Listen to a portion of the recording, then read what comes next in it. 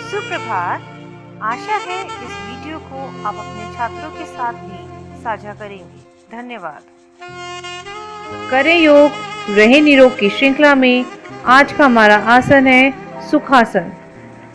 सबसे पहले फर्श पर एक दरी बिछाएं और दोनों पैरों को मोड़कर बैठ जाएं। पैर कुछ इस तरीके से मोड़कर बैठें कि एक पैर का निचला हिस्सा बाहर की ओर दिखे और दूसरा अगले पैर के जांघों के नीचे। उसके बाद सीधे बैठें और अपने रीढ़ की हड्डी को सीधा रखें। अपने दोनों हाथों की हथेलियों को ऊपर करके अपने घुटनों पर रखें और ज्ञान मुद्रा धारण करें। धीरे धीरे लंबी सांस लें और धीरे धीरे सांस छोड़ें। सुखासन करने से रीढ़ की हड्डी में खिंचाव आता है। इससे रीढ़ की हड्डी लंबी होती है, छाती की चौड़ाई बढ़ती है, मन को शांति मिलती है।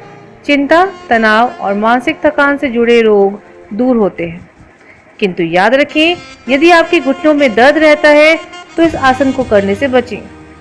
धन्यवाद।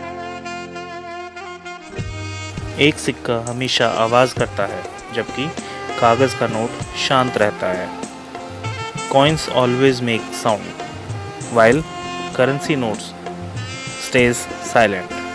अर्थात यदि आप एक जिम्मेदारीपूर्ण पद पर हैं और आपकी बात दूसरों को प्रभावित कर सकती है, तो या तो आप शांत रहें, अन्यथा अपनी बात को सोच समझकर बोलें। सुप्रभात। हमारी आज की कहानी स्वामी विवेकानंद जी के प्रेरक प्रसंग पर आधारित है। एक बार स्वामी विवेकानंद हिमालय की यात्रा पर थे। तभी उन्होंने वहां एक वयोवृद्ध आदमी को देखा जो बिना कोई आशा लिए अपने पैरों की तरफ देख रहा था और आगे जाने वाले रास्ते की तरफ देख रहा था। तभी उस इंसान ने स्वामी जी से कहा, हेलो सर, अब इस दूरी को कैसे पार किया जाए? अब मैं और नहीं चल सकता हूँ, मेरी छाती में दर्द हो रहा है। स्वामी जी शांति से उस इंसान की बातों को सुन रहे थे और उसका कहना पूरा होने के बाद उन्होंने जवाब दिया कि नीचे अपने पैरों की तरफ देखो। तुम्हारे पैरों के नीचे जो रास्ता है वो वह रास्ता है जिसे तुमने पार कर लिया है, और ये वही रास्ता था जो पहले तुमने अपने पैरों के आगे देखा था। अब आगे आने वाला रास्ता भी जल्द ही तुम्हारे पैरों के नीचे होगा। स्वामी जी के इन शब्दों ने उस वयोवृद्ध इंसान को अपने लक्ष्य को पूरा करने में काफी सहायता की। इस प्रसंग से हमें यही शिक्षा मिलती है कि मन के हारे हार है, मन के जीते जीत। विचार ही जीवन है, यह शक्ति है और इसके बिना कोई बौद्धिक गतिविधि भगवान तक नहीं पहुंच सकती है। इसीलिए कर्म करो, कर्म की चिंता ना करो, अपने हौसले को अपने साथ रखो और आगे बढ़ते जाओ। धन्यवाद। सुप्रभात प्यारे बच्चों। आज की पोयम है हाथी की शादी। हाथी राजा की थी शादी, सारा जंगल था बाराती। उठ हिरन वे घोड़े साजे, झूम झूम कर मोर भी नाचे। चिड़िया मैना कोयल गाए, काला भालू ढोल बजाए। देखो तो बंदर मामा भी धोती कुर्ता पहन कर आए। जब चीता और शेर पधारे, कांप उठे सब डर के मारे। शेर ने दी जैसे ही बधाई, सबके मुख पर रौनक आई। जंगल में बज उठी शहनाई, सबने जमकर दावत खाई। Thank you. अंग्रेजों के खिलाफ आंदोलन की पहली चिंगारी क्रांतिधरा मेरठ से फूटी। 10 मई 1857 को मेरठ में सबसे पहले अंग्रेजों के खिलाफ विद्रोह हुआ। मेरठ को अंग्रेज सबसे सुरक्षित छावनी मानते थे। उन्हें यह नहीं पता था कि विद्रोह यहीं से शुरू होगा। 10 मई 1857 को सूचना मिली कि कोई हिंदुस्तानी काम पर नहीं गया। शाम 5 बजे मेरठ में सदर कोतवाली के पास क्रांति की शुरुआत हुई। यह रविवार का दिन था। उस समय ज़्यादातर अंग्रेज ऑफिसर छुट्टी पर थे। क्रांति के विचार का कारण अपने अंदर अंग्रेजों के खिलाफ आक्रोश था। मेरठ छावनी में 23 अप्रैल 1857 को चर्बी लगे कारतूस दिए गए।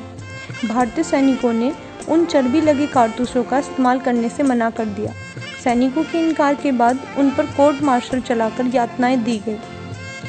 मंगल पांडे नामक क्रांतिकारी ने 29 मार्च 1857 को बैरकपुर में 2 अंग्रेज अफसरों को घायल कर दिया, जिसके बाद 7 मार्च 1857 को उन्हें फांसी दे दी गई।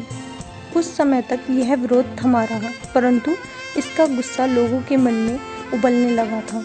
9 मई 1857 को भारतीय सैनिकों को विक्टोरिया पार्क की जेल में बंद कर दिया गया। 10 मई को क्रांतिकारियों ने इकट्ठा होकर विक्टोरिया पार्क की जेल तोड़कर सैनिकों को मुक्त कराया। अगली सुबह क्रांतिकारियों ने क्रांति का बिगुल बजा दिया।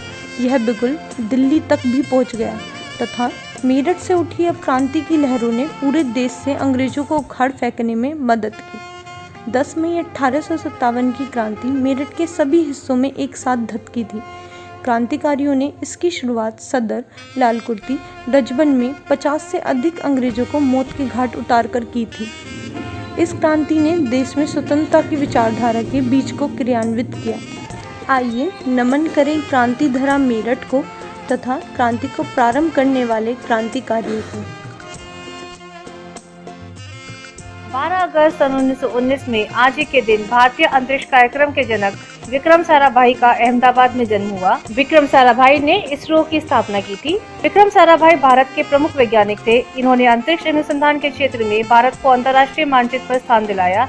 इसके साथ साथ इन्होंने वस्त्र, भेषज, आणविक ऊर्जा, इलेक्ट्रॉनिक्स आदि क्षेत्रों में भी बराबर का योगदान दिया। धन्यवाद। अंतर्राष्ट्रीय युवा दिवस पर विशेष।